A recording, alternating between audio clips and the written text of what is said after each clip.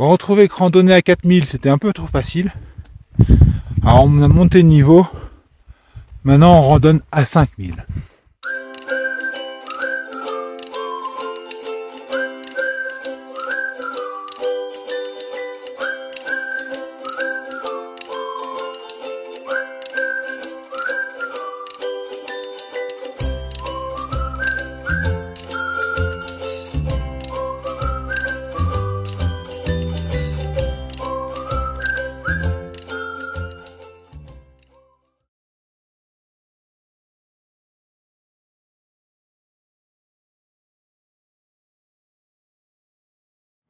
Aujourd'hui, on est à Tchékakoupé et on va aller voir la montagne arc-en-ciel. Alors pour l'occasion, on va laisser le camping-car ici et on va aller jusqu'à la montagne arc-en-ciel en voiture.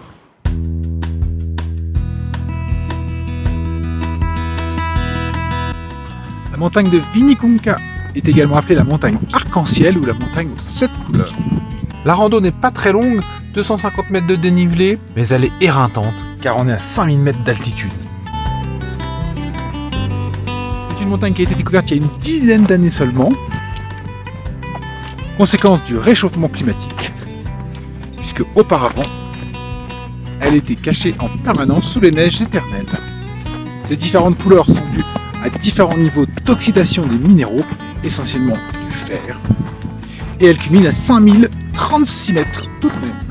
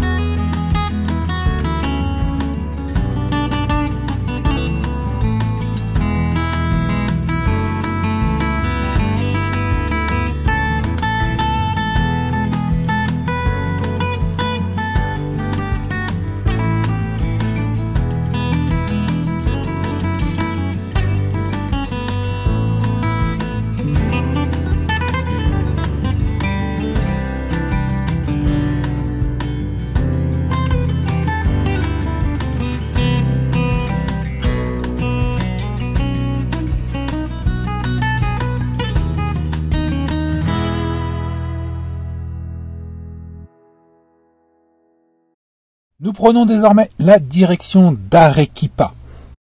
L'actuelle deuxième plus grande ville du Pérou est située à 2300 mètres d'altitude, au pied des volcans Misti, Chachani et Pichu Pichu.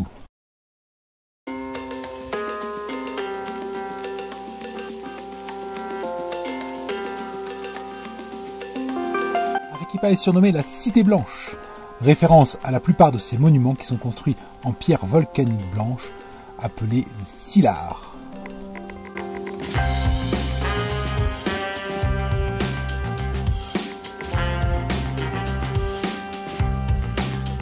Arequipa est une ville récente, construite par les conquistadors espagnols en 1540. Sa situation géographique en faisait un lien idéal entre Cusco, la Bolivie et l'océan Pacifique.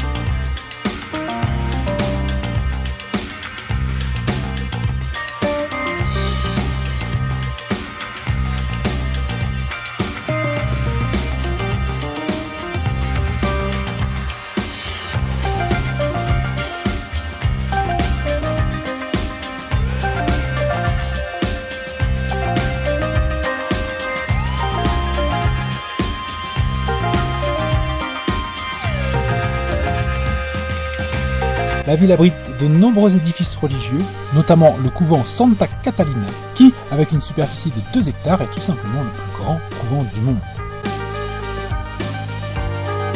Dans les familles de l'époque coloniale, le cadet de la famille entrait au service de l'église. Le monastère de Santa Catalina acceptait principalement des femmes de riches familles d'ascendance espagnole, le taux d'entrée étant relativement élevé.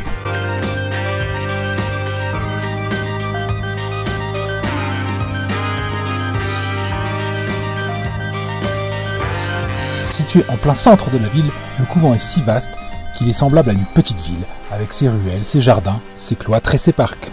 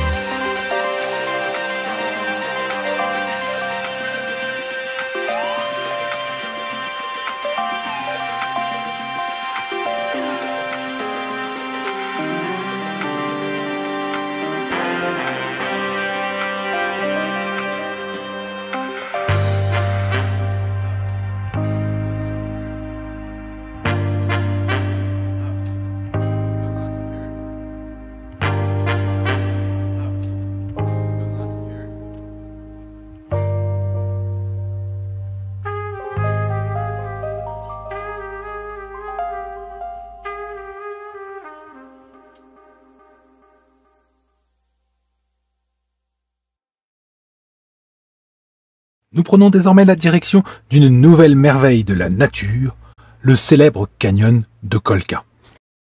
Donc nous sommes à Cabanacondé, nous sommes dans le canyon de Colca. Le canyon de Colca, c'est le deuxième canyon le plus profond du monde, après son voisin situé à peu près à 200 km d'ici. On va en profiter pour faire une petite rando où on va aller le descendre, puis le remonter.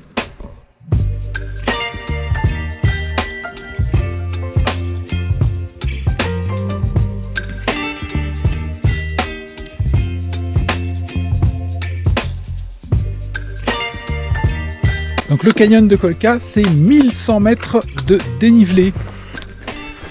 Pour avoir un ordre d'idée, c'est 2 fois la hauteur du Grand Canyon aux États-Unis. Donc aujourd'hui, on descend ces 1100 mètres de dénivelé. On se pose en bas dans une petite oasis. Et puis demain, on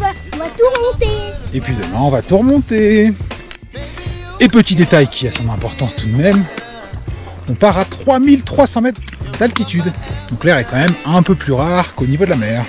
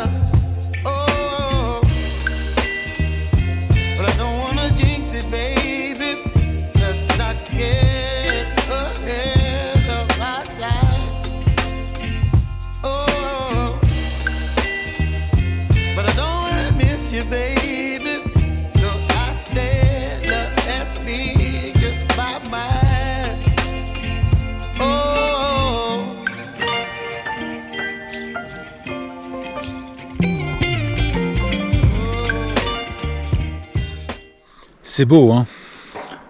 Mais maintenant, il faut remonter. Alors, on a mis 2h30 hier pour descendre. Et donc là, on est parti. Il est 7h15. Et on est parti pour remonter ces 1100 mètres de dénivelé de ce canyon de Colca.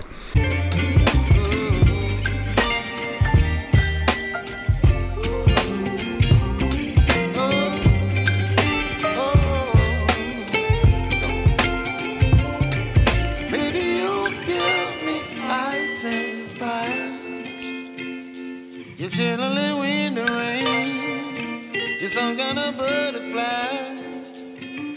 baby, you give me midnight. Bon, ça grimpe pas mal, hein. Bon, donc sur ce trek de Sanghae, en fait on est sur des pentes qui sont entre 25 et 30% tout le temps. On a 1150 mètres de dénivelé sur 4 km de montée.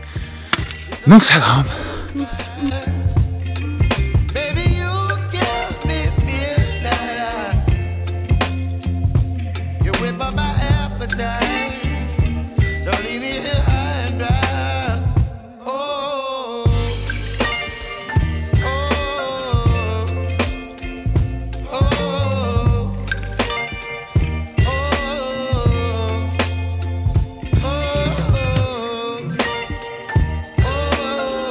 Et ben voilà, on arrive en haut. Après 3h15 de montée. Mais on y arrive.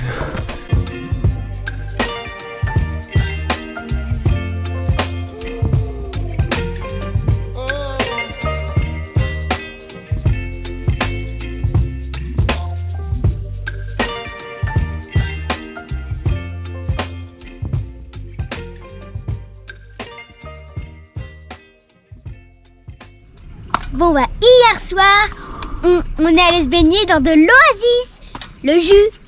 Ah, mais non, dans une oasis, pas dans du jus d'orange. Ce matin, on est au Mirador Cruz del Condor. Donc, selon toute vraisemblance, on devrait y croiser le condor. Ici, c'est un spot mondialement réputé pour l'observation des condors. Tout simplement parce qu'ils ont bâti leur nid ici, sur les parois abruptes du canyon, d'où ils peuvent profiter des courants ascendants pour chasser. Symbole national pour le Pérou et un certain nombre d'autres pays d'Amérique du Sud, le condor a toujours joué un rôle important dans le folklore et la mythologie des peuples andins.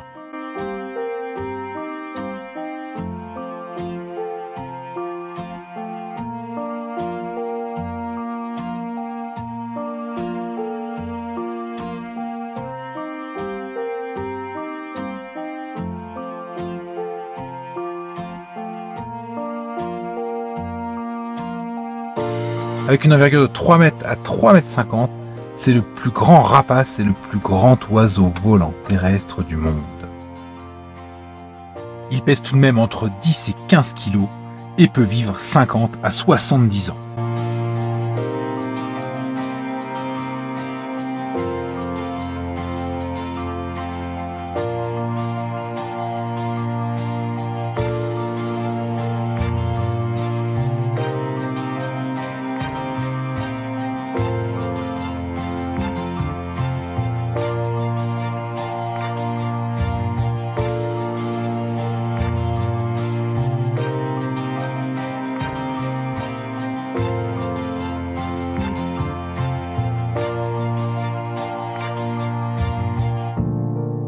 Grâce à sa très grande surface alaire, en exploitant les courants ascendants, il peut atteindre les 6000 mètres d'altitude, ce qui a pour effet de le faire disparaître à l'œil nu dans le ciel.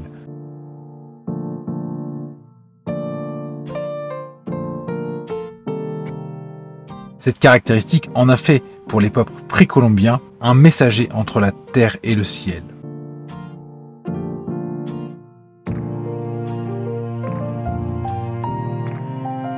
Les Incas, par exemple, déposaient des momies dans ces nombreuses niches abandonnées, car ils croyaient que le condor transportait les âmes vers l'au-delà.